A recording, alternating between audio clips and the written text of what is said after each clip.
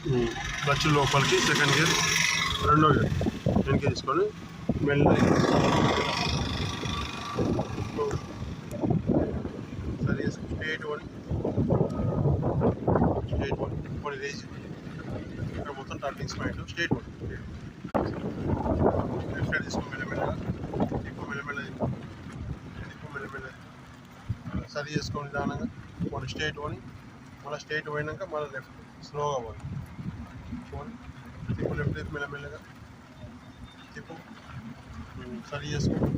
మళ్ళీ స్ట్రేట్ పోని రేసి మెల్లమెల్లగా ఇండికేటర్ పైకి మెల్లమెల్లగా స్లోగా మలుపు మెల్లమెల్లగా సరి చేసుకో